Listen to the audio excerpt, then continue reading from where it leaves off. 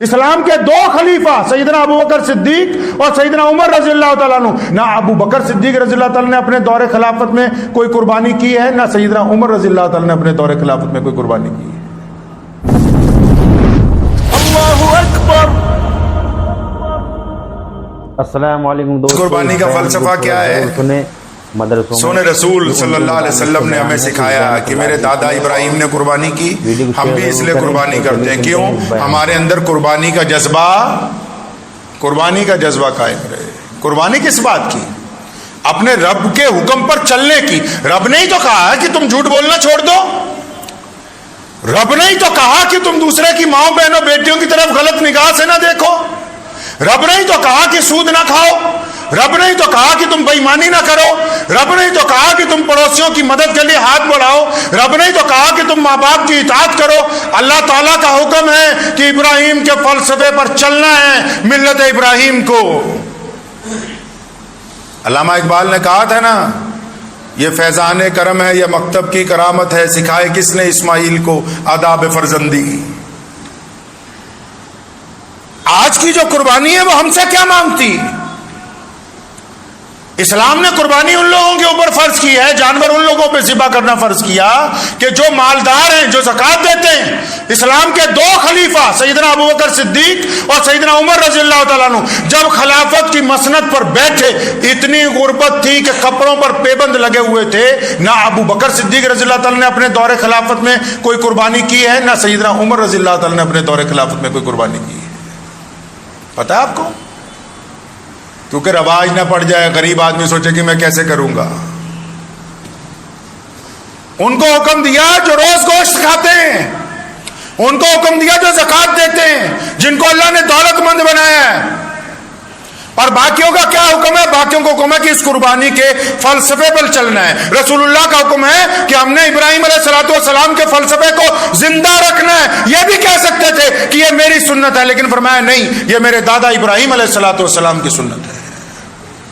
پتہ لگا محمد رسول اللہ چاہتے کہ ابراہیم علیہ السلام کا فلسفہ زندہ رہے۔ اس ملک کی جنگ آزادی کو دیکھیں، 150 سال مسلمانوں نے انگریز کے خلاف قربانیاں دی ہیں۔ ہماری ان قربانیوں کا فلسفہ عید الاضحیٰ کے ساتھ جڑا ہوا ہے، بقرہ عید کے ساتھ جڑا ہے۔ ہمیں ہمارے دین نے سبق دیا ہے کہ تم نے اللہ کے راستے کے اندر قربانی دینی ہے۔ ہم جب اپنے ماں باپ کا احترام کرتے ہیں، ان کا کہنا مانتے ہیں، وہ بقرہ عید کا فلسفہ ہے۔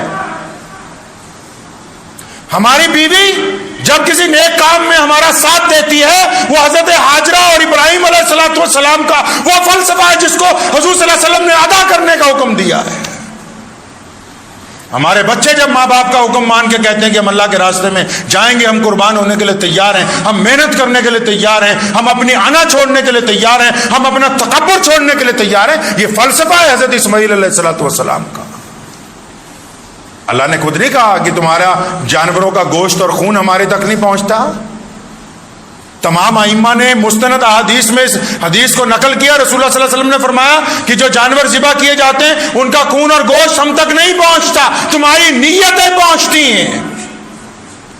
کیا نیت ماں باپ کی اطاعت ہے؟ کیا نیت ماں کی فرما برداری ہے؟ کیا نیت بھائیوں کے ساتھ صلہ رحمی ہے؟ کیا نیت پڑوسیوں کے ساتھ محبتیں ہیں؟ کیا نیت مانگنے والے کو دینے کی ہے؟ کیا نیت دوسروں کی آنکھوں میں شرم و حیا ڈالنے کی ہے؟ کیا نیت دوسرے کی بہن بیٹی کی عزت کو برقرار رکھنے کی ہے؟ اگر نیتیں اچھی ہیں تو پھر یہ قربانی قبول ہے، اگر نیتیں خراب ہیں تو پھر قربانی قبول نہیں ہے۔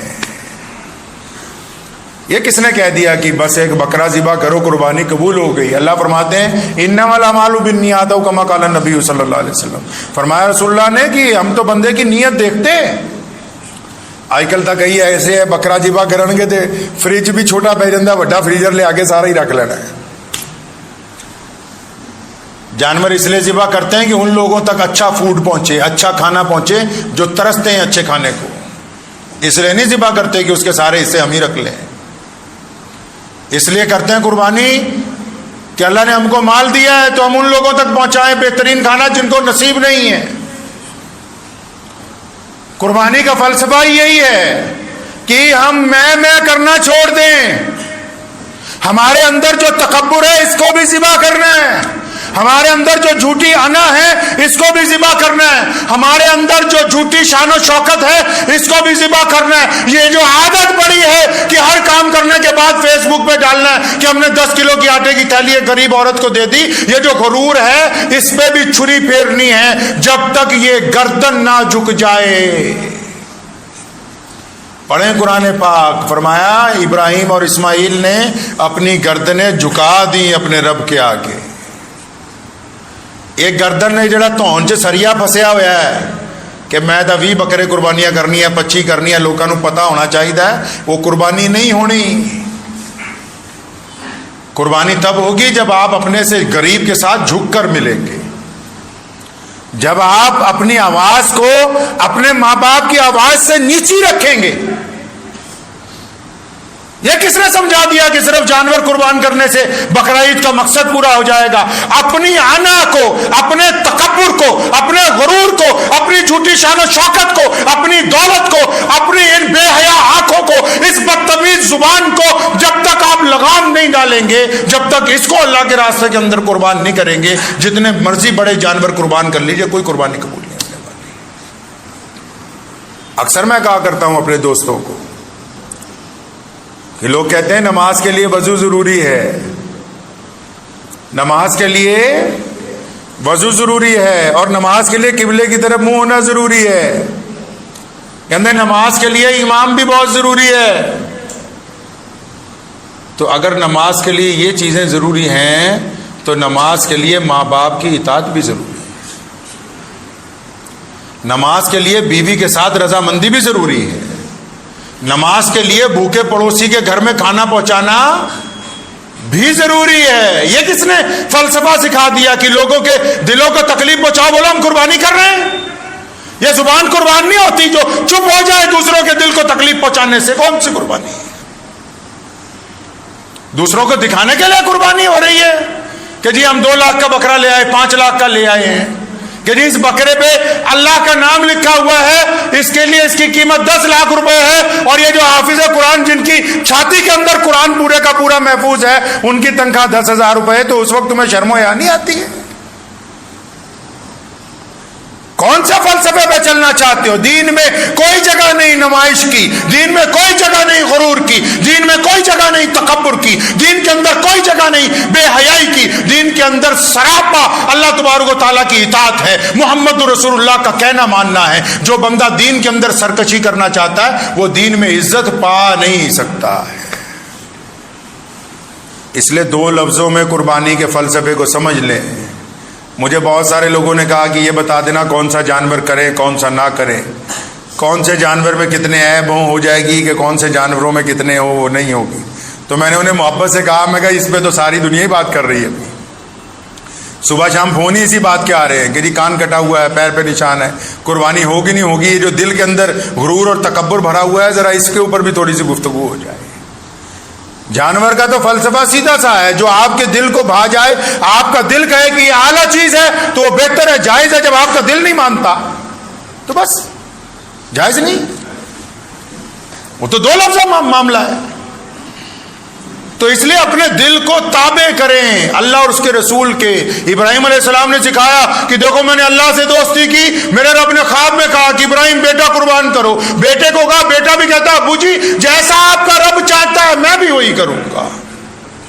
بیوی کو شیطان نے جا کے کہا تیرے بیٹے کو قربان کر دے گا جو ایک ہی اولاد ہے اور سالوں کے بعد ملی ہے. کہنے لگے خبردار, میرا رب اگر یہ چاہتا ہے تو پھر میں اپنے خامد کے ساتھ ہوں. تو کبھی گھر میں بیٹھ کے کسی کی بھلائی کا پروگرام بھی بناؤ. کبھی گھر میں بیٹھ کے یہ بھی سوچو کہ ہم نے قربانی دینی ہے اس جھوٹی شان و شوکت کی جس کی وجہ سے اپنے سکے بھائی سے ناراضگی ہے سالوں سے, کہ اس عید پر اس جھوٹی شان و شوکت کی قربانی دیتے ہوئے اس کے دروازے پہ پہنچیں گے, دروازہ کھٹکھٹا کے کہیں گے کہ اللہ واسطے مجھے معاف کر دے, ہم اس کے گلے ملیں گے. کبھی ایسی قربانی دینے کی بھی کوشش ساتھ میں کی جائے گی کہ نہیں؟ کبھی گھر میں بیوی اور بچے بیٹھ کے یہ بھی تو ارادہ کریں کہ فلاں رشتہ دار بہت زیادہ غریب ہے, اللہ نے ہمیں بہت کچھ دیا, کیا اس کو ایک وقت میں اتنی دولت نہ دے دیں کہ یہ سٹینڈ ہو جائے, اس کا کاروبار چل پڑے. کیا گھر میں بیٹھ کے کبھی کیسا ارادہ نہیں ہوگا کہ میرا پڑوسی بڑا پریشان حال ہے, اس کے گھر دکھوں سے بھرا ہوا ہے اور اللہ نے ہمیں بڑی رحمتوں سے نوازا ہے کہ ہم اپنے پڑوسی کی مدد کے لیے ہاتھ نہیں بڑھائیں گے؟ قربانی کا فلسفہ مسلمان کو سکھاتا ہے. اس ملک کی جنگ آزادی آپ اگر تاریخ اٹھائیں گے 1857 کی، بے شمار علماء نے قربانیاں دی ہیں، دلی سے میرٹھ تک، دلی سے کلکتے تک، اور دلی سے لدھیانہ تک، لدھیانہ سے پشاور تک. سن 1857 میں کوئی درخت ایسا نہیں ہے جی ٹی روڈ پر جس میں علماء کی لاشیں نہ انگریز نے لٹکائی ہوں. کیوں؟ یہ فلسفہ ہمیں محمد الرسول اللہ نے دیا ہے.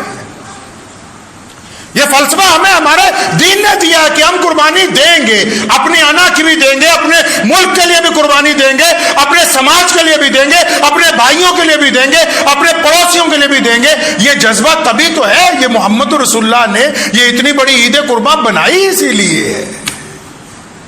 یہ اللہ تعالیٰ نے جو اتنا خوبصورت واقعہ بنایا اپنے دوست کے ساتھ، کیوں بنایا؟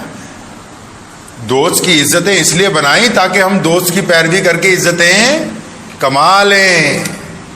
محمد رسول اللہ کے تمام کام اس لیے ہیں تاکہ ہم ان کے پیچھے چل کے عزتیں کما لیں. تو دعا بھی کیجئے، وقت بھی ہو گیا انشاءاللہ تعالی.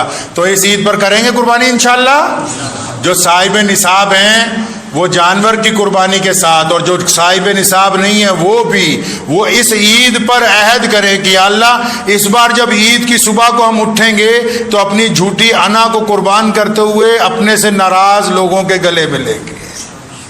ہم اپنی جھوٹی شان و شوکت کو ایک طرف رکھتے ہوئے اپنے غریب پڑوسی کے ساتھ ایک دن عید کا منائیں گے. اپنی جھوٹی شان و شوکت کو ایک طرف رکھتے ہوئے اپنے غریب رشتہ دار کے گھر پہ جا کے بیٹھ کے کھانا کھائیں گے.